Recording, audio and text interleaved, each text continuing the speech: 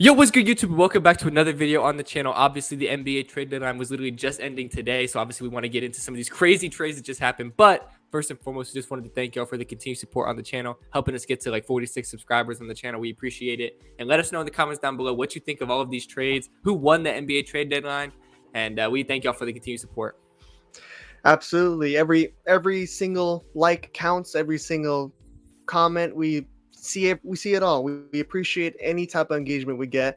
Let us know, if you're one of the teams benefited from the trade deadline, because definitely one of the most craziest trade deadlines of all time, probably the biggest of all time. Maybe, yeah. And we're excited to get right into it.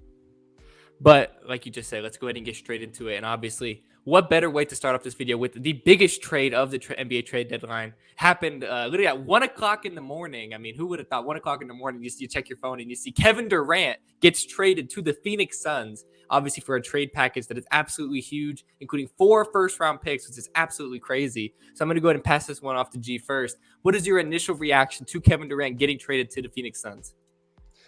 This was one I found out literally when I woke up in the morning. I saw that you had texted me. I think you were still At awake, 1 or a.m. you Yeah, I was at 1 awake. a.m. Yeah. when this happened. And this one, I feel like I've said this so many times within this past week. This thing just caught me completely off guard. I mean, how many more shockers are we going to get in the sports world? Because I remember seeing reports that they're reporting that Brooklyn weren't looking to trade Kevin Durant in this.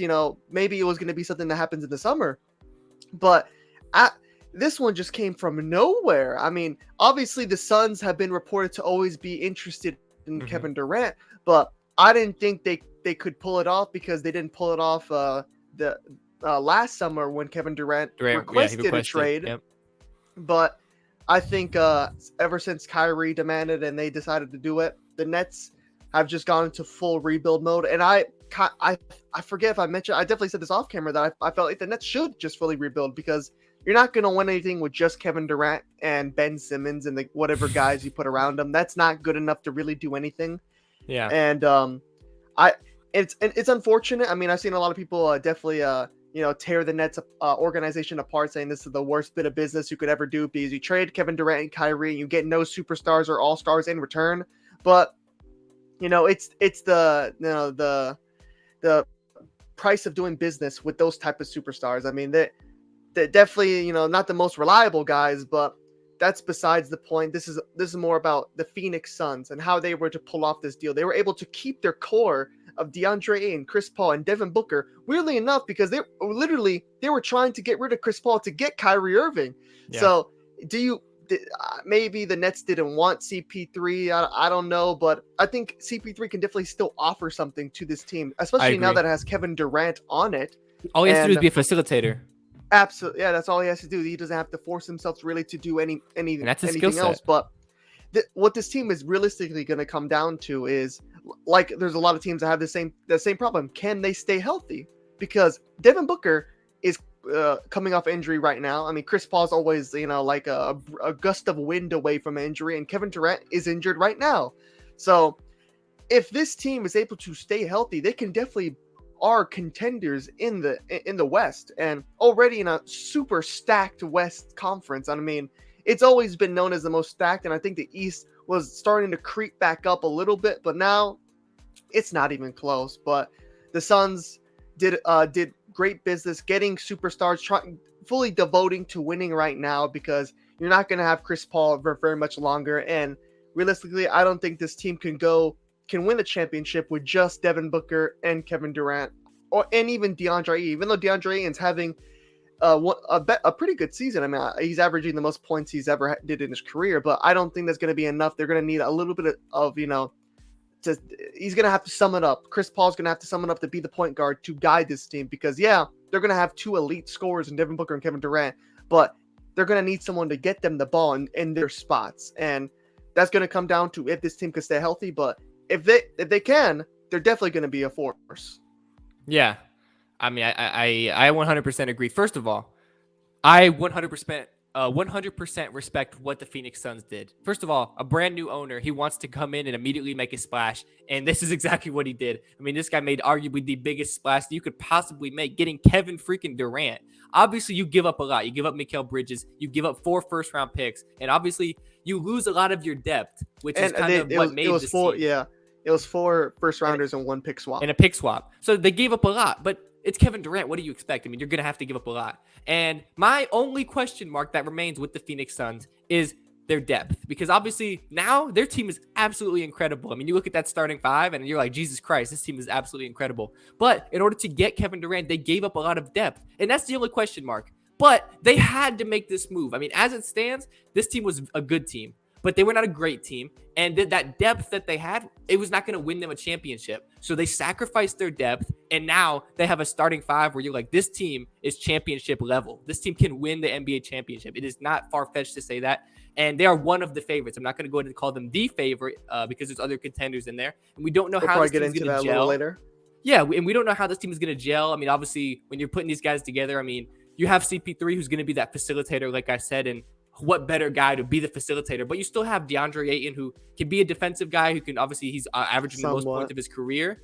But you have 2 guys now in Kevin Durant and Devin Booker who are scorers of the ball. And there's only one ball. I mean, they're going to have to find a way to make it work. And it's going to be interesting to see how they make it work. I mean, obviously, Monty Williams has his work cut out for him. That's what I'll say.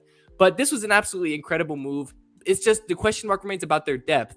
But this starting 5 is destined to do great things if they're able to work out the chemistry. I think obviously they are contenders now.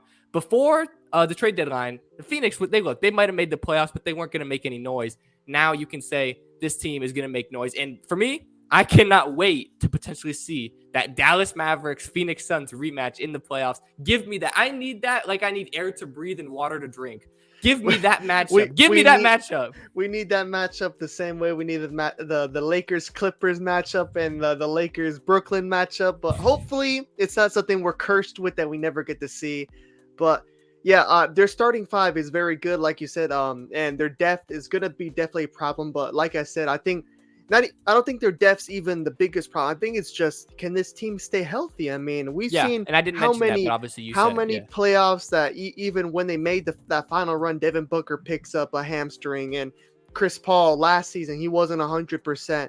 Never is, really. Stuff. He never is when it comes to playoff time, and that's the unfortunate thing with this. But we know bear no injury, this team can definitely win a championship. And oh yeah. I know you're talking about fit, but there is no other player in the league other than, arguably Kevin Durant that can just be dropped into any team and just work, just because he's a guy that doesn't need the ball in his hand. He could play off ball. He's the most efficient scorer we've seen, since God knows. This guy only needs about 12 shots to get 30. I mean, this is how efficient Kevin Durant is, but it is going to come down to the health.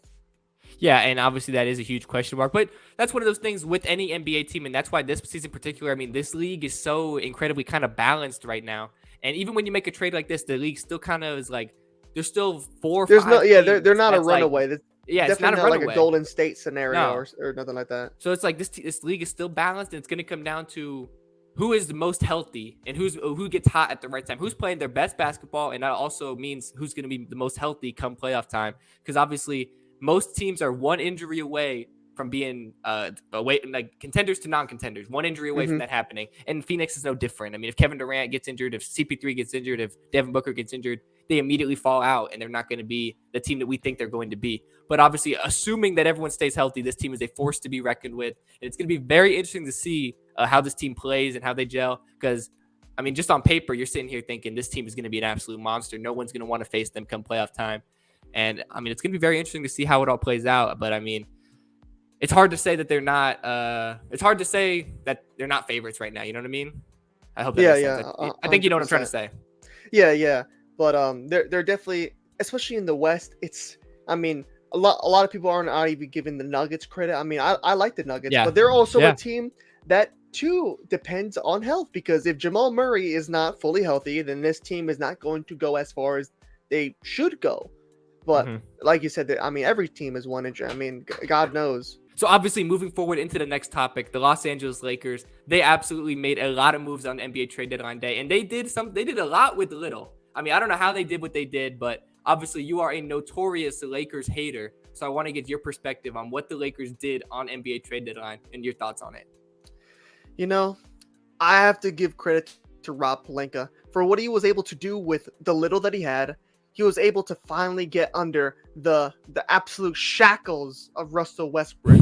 He was finally able to get rid of him because they should have done it a while ago. But I think, especially in the game where LeBron finally broke Kareem's record, that was the final straw. Even with Darvin Ham, where they had a bust up, they had a falling out at halftime, and there's nothing we can do no more. We have to get this guy out because there is no changing him. I'm tired of hearing people talk about, oh, if Russ plays with Ty Lue can. No, there's no changing this guy. There's nothing. The Lakers had to. This was a mistake from the beginning. I don't know why LeBron. Look, I even told you, if LeBron could win a championship with Russell Westbrook, God Almighty, he's the greatest thing to ever walk Earth. I would have said he's the when in doubt GOAT. Don't ever speak to me ever again, because that's the most difficult thing to ever do. But that we already knew it was a fate, worse than death. But they were finally able to get off from Russell Westbrook and actually bring in a pretty decent 3-point shooter in D'Angelo Russell, a guy who's not a bad player. And they brought in Beasley, and they brought in what was it? Vanderbilt. They got guys that are good role players, but mostly they're bringing in shooting. I mean, this is what we've been crying for a long time. I mean, I'm obviously not a Lakers fan. I'm not a huge LeBron fan, but I do respect LeBron, and I never understood why they can never put the right guys around LeBron. I mean, you want to put shooters around LeBron because he's obviously one of the greatest playmakers of all time. Why would you? I mean, even when the Lakers won in 2020, that team was built up more of like playmakers, and had guys that good defensive guys, but not really 3-point shooting. And then they completely fell off the rails, getting a bunch of like paint blockers like DeAndre Jordan and Drummond. But they're finally making moves they have to make. But in the grand scheme of things, I don't think this really changes if they're going to win a title or nothing. I think that they could finally, maybe not be a play-in team, maybe be that nice little 8th seed. They could finally, grasp the 8th seed. But it's definitely good moves to do, and they gave up with that 2027 first-round pick that they were so stubborn on giving up, and they still have moves to make. I think they're not done yet. I don't believe the Lakers are done yet. I think they should realistically, I think we're both in agreement, they should just plurge and give up that first round pick. Do whatever you can, because if you're only going to have LeBron for probably 2 more years playing at this level. And what's the point of even having him anymore if you're not going to give up all you have to do it? Because realistically, I don't think you're going to draft a Kareem Abdul-Jabbar or a LeBron James with that 2029 first round pick. I just don't think that's going to happen. But obviously, they wouldn't be able to do anything with that pick until the summer. Yeah. And they should look at doing that depending on what happens. Yeah, in the summer, definitely. Yeah. Are you ready for me to go here? I'll let you go in and say your piece. The Los Angeles Lakers are back, baby. We are back. The Lakers are back. We are officially title contenders again. The window is back open. You're 5 games under 500 still. This was an absolute Rob Pelinka masterclass. Just when I was doubting him, he pulled a rabbit out of the hat. He made magic happen with nothing. I don't know how he did it. Big Dick Rob, he's done it again. I mean, these transactions, what he was able to do. You get rid of Russ. You get rid of Juan Toscano-Anderson. You get rid of Damian Jones, Patrick Beverley, Thomas Bryant. You get rid of that first rounder and 2 second rounders. And you get D'Angelo Russell, Malik Beasley, Jared Vanderbilt, Mo Bamba, and Devon Reed. I mean, what they were able to do was finally what I've been begging for. Get LeBron some shooters, get Russ out of the team, and get him some shooters. That's what they were able to do. Pelinka finally did what he needed to do as a GM. I mean, everybody knew that this is what the Lakers needed to do. And Pelinka finally came to his senses and did it. The Lakers, if healthy, they are contenders. I'm not saying they're going to win it. I mean, I feel some type of way about that. But they are contenders. If they are healthy, Anthony Davis, LeBron, and D'Lo all healthy with the rest of this core, they can compete. This is a good basketball team. And, even as previously constructed, they were very unlucky. You got to admit that. They were a very unlucky team. I mean, look, there were potentially 5 to 7 games throughout this year so far where you can say the Lakers, they were unlucky to not win that game. Bad refereeing calls and things of that nature didn't always go their way. I mean, the prime example, look at that Boston game. I mean, that's a game. One instance, yes. But there were other multiple instances, but that's the one that everyone mainly remembers because that LeBron, huge, I don't even know what to call it. Basically, meltdown. It's a non-call. Yeah, non-call. Like basically a LeBron meltdown. this is exactly what I've been begging the Lakers to do. And, you know, they didn't get maybe a pure superstar per se. It's not like they got a Absolutely Kyrie. not. They got no but one. They got pieces around LeBron that finally they give him a chance to compete. I mean, look, I never have to see LeBron kick the ball out to see Russell Westbrook brick again. I never have to see it. And that is something I can get on my knees tonight, and I can thank Lord and Savior for making me never have to watch that again. And now I get to see D'Lo. Now I get to see Beasley. And I finally get to see guys that can actually shoot the basketball efficiently. I saw the statistic. I sent this to you. The Lakers went from having 3 players that shot 35% from 3 to now they have 6. They literally improved their 3-point shooting by that's 50%. I mean, they improved. They went from 3 to 6. They have shooters now, and that is going to open up the lane for AD. It's going to open up the lane for LeBron. When these guys are healthy and they have shooters around them, what they can do, they can win a championship together. They already proved it in 2020. So the Lakers are back, baby. I'm excited. I am officially excited to watch the Los Angeles Lakers because we are back. Look, I don't know if maybe I missed something or if D'Lo was secretly Kevin Durant. I don't know if they snuck in Kyrie Irving there too. Look, the Lakers, let's not get this construed. The Lakers are still not a great team. I mean, they're just not. I mean, defensively, they're a bit of a shambles. They get blown out by OKC at home. Or not blown up, but in instances where OKC just have their way, having, whatever they want. It's having their way on the Lakers. And AD is just too unreliable. I mean, AD has not taken the steps that he had to be that certified second player where they wanted AD to be the best player on the team already. But yet it's still, a 37-year-old LeBron James, 38-year-old LeBron James still has to be the best player on this team. That's not going to win you a championship. AD had to take that next step, and I don't trust Anthony Davis. He has too much of a low engine. I mean, we saw, I don't know if it's that specifically that night where they played in the OKC Thunder, where it was just, this is LeBron's night. He's not going to step on any toes. But God, he played soulless. I mean, really, he did nothing. He did absolutely nothing. Russell Westbrook looked more effective than Anthony Davis, and when that is happening, nothing's good happening. The Lakers are still nowhere near where they want to be, but this is definitely, I could acknowledge, just a step in the right direction. But no, are they not some team that's gonna, could they get hot? Could they? No, they could. I believe they can. They could. I believe not. They can. They absolutely cannot. If they get these guys integrated into the team, and look, it's a LeBron-led team. I mean, it's not going to take It is not rocket science to get these guys integrated into the team. They have literally improved in every aspect of the team. I mean, except defensively, they still don't have the players that they need to be able to stop guys. I mean, that's basketball. There is two sides of the game. But that's they did get Jared Vanderbilt. They have stuff Anthony Davis. Vanderbilt. And I'm not going to starter. I'm not going to sit up here and act like Mo Bamba is elite defensively, but he can do a job. I mean, AD is still an elite defender if he's healthy. That's when he chooses to. When AD chooses to. You're right. The problem is he doesn't choose to a lot. That's the problem. I mean, statistically speaking, I mean, he's getting a good amount of blocks. I mean, statistically speaking, he's been a good defender this year. And it all comes down to AD's health. And how many times have I said this? I sound like a broken record. I mean, I've said it to you off camera, on camera. It all comes down to Anthony Davis's health. If AD is healthy and the rest of these guys stay healthy, LeBron stays healthy, this team can compete. I mean, I would not want to play the Lakers in the playoffs.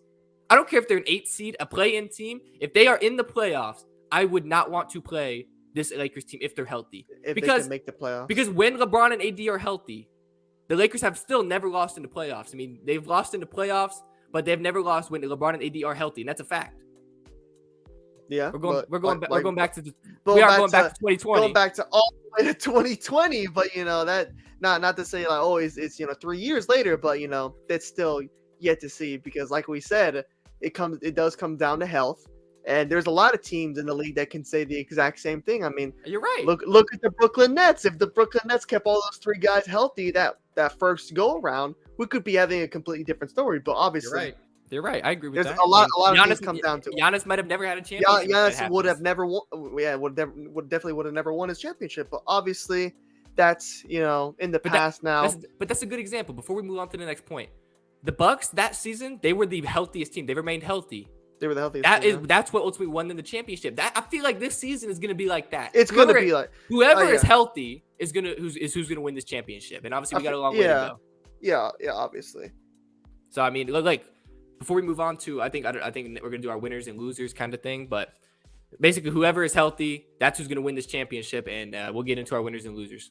I think if we're going to go winner and losers, I like to go first with the loser. And, I think I'm going to have to say my Miami Heat. Oh, they just haven't done anything. I don't know. It's super disappointing. It's disheartening because Pat Riley, what were you doing?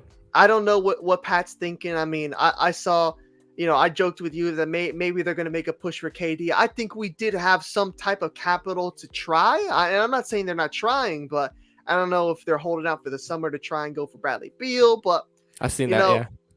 I really think we missed out a lot. I think we were a Miles Turner. Realistically, I think we're a Miles Turner away from being a contender. I mean, that's what I thought because we're a big man away. Bam's having the best season of his entire career. I mean, this guy scored 38 against, I think he played 38 against the Pacers last game against Miles Turner. I mean, a guy who's we should have gotten. I mean, it's disheartening, and obviously Jimmy's always going to be Jimmy.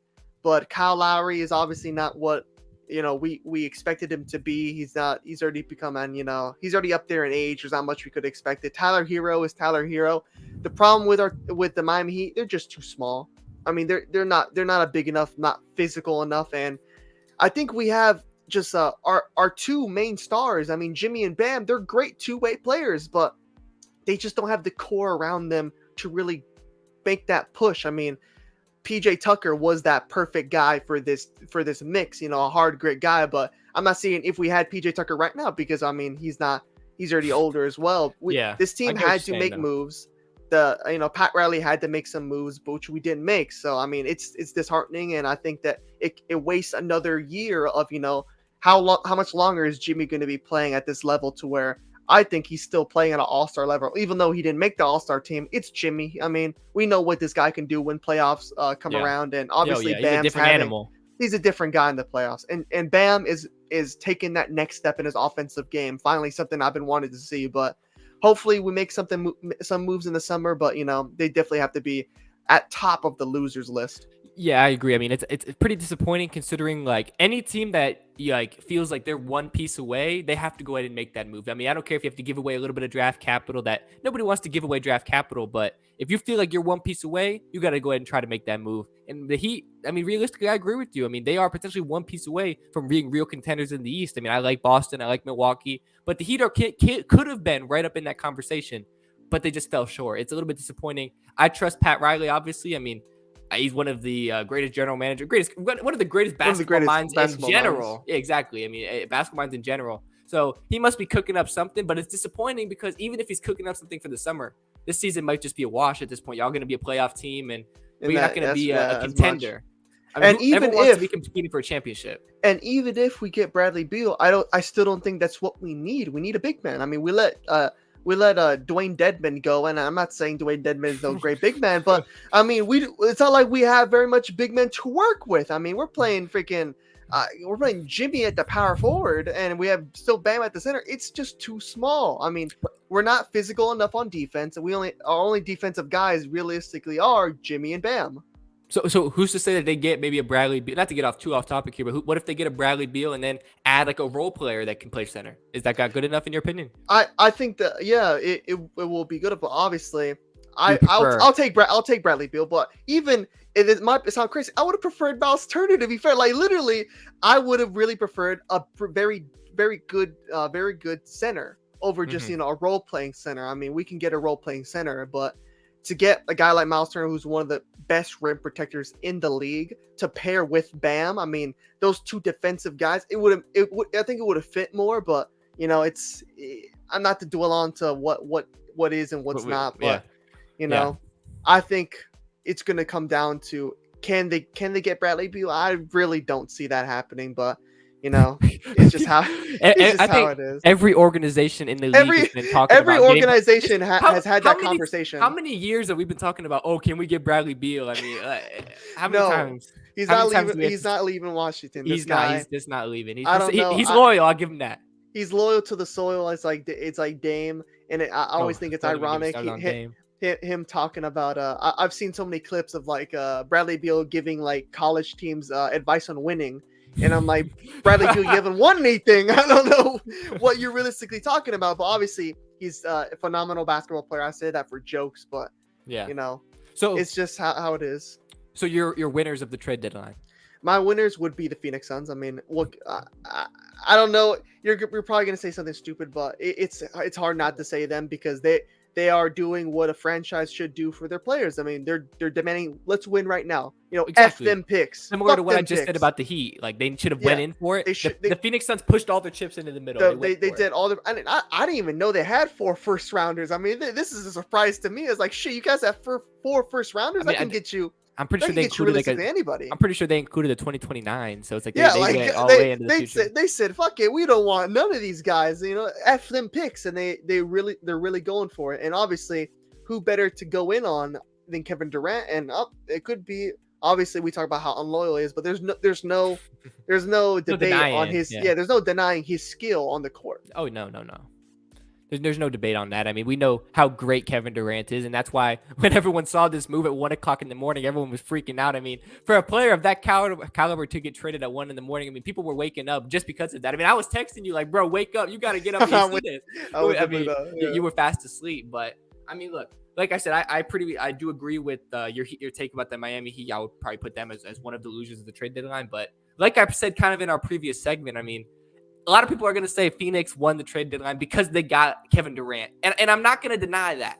Anytime you can get a guy like Kevin Durant in the trade deadline, that's obviously like huge. I mean, he's literally, we know how good of a player that is. I mean, that's an unbelievable player. And it's hard to not say that they're the winners. And even the Dallas Mavericks, I mean, they got a guy like Kyrie. It's hard to potentially not put them in there. But I got to go ahead and say my Los Angeles Lakers won the trade deadline. I mean, like I said in the previous segment, what they were able to do with so little. I mean, I never would have imagined that they would be able to get rid of Russell Westbrook and get the guys that they got. I mean, for me, they won the trade deadline, like I said in the previous segment, because they added exactly what they needed to add. They added 3-point shooters. They added a little bit of defense. And now they're in a position where you can say, I can see a path to when they can actually win. Before, they had no chance. You know what I mean? Not even me and my delusion could say that the Lakers had a realistic chance to win. But now, if things go right, they stay healthy, I can sit here and say they have shooters, they have a little bit of defense. If LeBron and AD are healthy and playing good ball, which they've been playing good ball this season, it's just the role players around them have been pretty shit. Now I can say the Lakers got a squad now. They got a squad. I mean, they don't have 3 superstars, but they got a squad of good players. They got D'Lo. I mean, they got a lot of players where I can sit here and say, this is a good basketball team. I mean, we can't deny this. I can deny it because you just said one guy, D'Lo. I mean, that's realistically, yeah. I don't know, yeah. There's not. So you're gonna say D'Lo is like worse than Russell Westbrook? That's a pretty low fucking bar to set. I mean, I can name you a lot of players that are better than Russell Westbrook, but But they got a guy, Russell Westbrook, that can't shoot. He can't really pass. I mean, what can he do? You know what I mean? He's pretty inefficient. Now but obviously anything that other than Russell Westbrook would have been an upgrade. So I don't really use that as a bar, but not to turn this into a full, the Lakers good bad, but because I wanted to get into this, but who do you think is now going to be favorited as of right now? Just wait a little early before All-Star break. Who do you fancy making the NBA Finals? Who do you think is your favorites to get to there? For me right now, even though I just said what I said about the Lakers, I wouldn't go to Vegas and put $100,000 on them making the finals or anything like that. I think they gotta. That is very smart. I appreciate that. But so what I would say, I think I'm gonna go ahead and be that guy. I'm gonna go ahead and say the Boston Celtics and the Phoenix Suns. That's what I'm gonna go ahead and say. The Boston Celtics. Look, okay. Before I cut you off, but who do you think would win out of that Suns Celtics? You better say fully healthy. You see, at this point, if I've already taken I got to go with the Phoenix Suns because I think if this team is fully healthy and they really gel, and obviously if they even make it to the finals, that's pretty much implied. And I think that, like we kind of said with the Miami Heat, the Celtics, they didn't need a superstar, but they could have used a little piece. You know what I mean? Where you could say they needed to improve a little bit.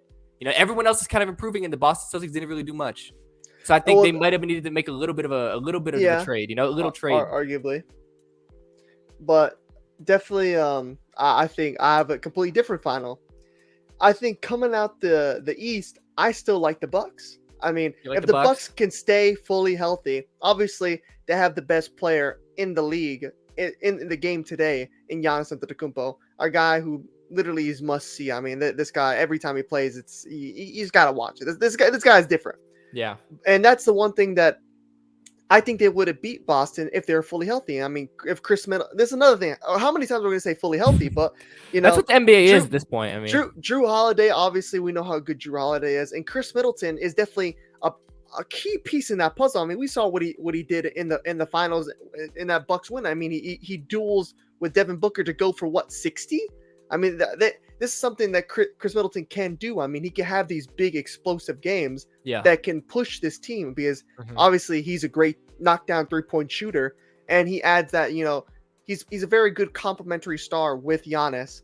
And all three of those guys are no slouches on defense. That's a very good defensive three guys to have leading your team. So I like them getting back to the finals, playing a team that I still like, the Memphis Grizzlies. What? I've liked this team since the beginning of the season. And yeah, I've liked the Grizzlies and I like the Pelicans, but the Pelicans, they're probably on the low of people that can stay healthy. But I still back the Grizz. The Grizz obviously led by Ja Morant, Steven Adams, a solid center guy, who leads this team, and he's a rebounding guy. He's their rock. Desmond Bane, Dylan Brooks, Jared Jackson Jr., a guy that had a little mini breakout last playoffs. This guy, I'd never seen a center let it fly like this guy. He was getting 30 points on the Warriors like nothing. And I think that's just what this team needed, to cook a little bit more. I needed more time to, grow into those shoes that they're trying to be, that team they're trying to overthrow Golden State. But I still really like this team. It's young. It can defend. It has those guys. Jared Jackson Jr. is one of the best rim protectors in the league. And Ja Morant is basically just a point guard version of Giannis. This guy, every time he sees a lane to the hoop, he's just going, he doesn't give a damn who's in his way. It could be Shaq. This guy's going to try and dunk it. I love this team, and I'm going to back them to make the finals. Hold on, who's winning? Don't say it. I'm going to have to, I'll side with the Bucks. I still think it's going to come down to Giannis. I can't bet against Giannis. I mean, this guy, as much as I like Jared Jackson Jr. as a rim protector, there is no protecting the rim from Giannis. There just is not. This isn't like the 2020 where you can just build a wall. He's too developed. He's too, versatile to stop him anymore. But I'll pick the Grizz to make a finals berth, but I still like the Bucks. Even after that trade deadline, which is pretty lackluster, I mean, they didn't really make any big moves. I mean, I find it. I don't think they had to. Considering so many teams in the West made big moves, the Grizzlies didn't really make relatively any moves. So it's I don't know. They did, and they've been playing bad recently. I mean, they're 2-8 in their last 10. 2-8 in their last 10. They are, but they're still able to hold that second seed in the West. I'm not saying they're a bad team. I agree with a lot of the points that you said about them. But I sit here and I say every other team, not every other team, but many teams in the West, you could say that they kind of improved a lot. I mean, Phoenix. Somewhat, yeah. Dallas, Phoenix, Dallas. I mean, the Grizzlies. I don't know, man. I don't know. I don't trust in Kyrie enough to give Dallas a real shot. And I don't think the Suns, because like you said, it mostly comes down to fitness. And I don't think the Suns are going to stay healthy enough to really go as far as they should. And not to even say, oh yeah, the Grizzlies are full of the most healthiest people. I mean, we saw Ja can pick up a nick, pick stuff up. But I just like this team. I've liked this team since the beginning of the season. I mean, Ja was my early MVP pick. I mean, I like this team, so I'm just gonna ride with my early pick. And I respect that. I am a little bit shocked though. I just didn't expect that. But it's one of those things that maybe they didn't need to make as many moves as other teams. You might have a good point there. It's gonna be interesting to see how it plays out. I don't know. The Memphis just seems like an absolute disaster right now. I mean, Ja and the whole gun situation. I don't know, man. I don't know. It's a little messy with that stuff, but I'm mostly looking at it more of like, a ball sense, when these players can actually get on the court. If Ja can, not be stupid and, do something dumb. If he can actually get on the court, this guy is, he can change life. This Ja Morant is up there one of the best players in the league. I'm not gonna say he is, obviously, but yeah, I like this core group of guys. Yeah. And I agree with a lot of those points that you said, but I'm pretty sure we don't want to drag on for too long. I mean, we're already at probably about 35 minutes. Yeah, here, probably something like that. So unless you have any other final points, we can go ahead and wrap this one up and get out of here. Yeah, I think we can. So obviously, like we kind of said at the beginning, we appreciate the continued support. Hit the subscribe button. Let us know what you think about everything we said in the comments down below. Who won the trade deadline for you? Am I an idiot for saying the Lakers are back? Let me know in the comments down below. Let G know about everything. And drop a like on the video. And we appreciate the continued support.